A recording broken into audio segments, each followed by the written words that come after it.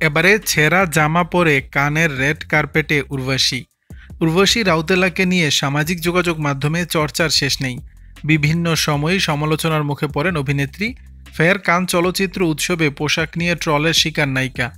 এখানেই শেষ নয়, এরপর একেবারে বগল ছেঁড়া পোশাক পরে রেড কার্পেটে হাঁটলেন তিনি। আর ফের বয়ে গেল ট্রলের বন্যা। ৭৮তম কান চলচ্চিত্র উৎসবে দ্বিতীয়বারের মতো লাল গালিচায় হেঁটেছেন উর্বশী রাউতেলা। রেড কার্পেটে হাঁটার সময় উর্বশীর হাত নাড়িয়ে ক্যামেরার সামনে পোজ দিয়েছেন। আর সেখানেই বেঁধেছে যত বিপত্তি। কারণ নায়িকার জামার বগলের অংশটিতে একটি ছিদ্র ছিল, যা খুব স্বাভাবিকভাবেই সবার নজরে পড়ে।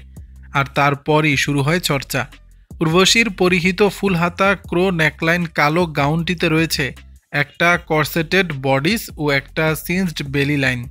সিল্কের স্তরযুক্ত একটি প্লিটেড বিশাল স্কার্ট, পেছনে একটি ট্রেনও আছে। এই গাউনটির সঙ্গে পান্না কাট কানের দুল পরেছিলেন নায়িকা। সঙ্গে গোলাপি রঙের একটি ক্লাচও নিয়েছিলেন। এবারের আসরে তিনি এজেন্ট সিক্রেটের স্ক্রিনিংয়ের জন্য যোগ দিয়েছিলেন। উর্বশীর রেড কার্পেটে হেঁটে যাওয়ার সময়কার বেশ কিছু ভিডিও সোশ্যাল মিডিয়ায় প্রকাশ্যে আসে। ভিডিওটিতে দেখা যায় অভিনেত্রী একটি কালো সিল্ক টাফেটা গাউন পরেছিলেন। রেড কার্পেটে হাঁটার সময় ক্যামেরার দিকে তাকিয়ে তিনি হাতও নাড়ান। আর উর্বশী হাত তুলতেই তার জামার বগলের কাছের ছিদ্র সবার নজরে আসে। তা দেখেই ট্রলের বন্যা নেট পাড়ায়।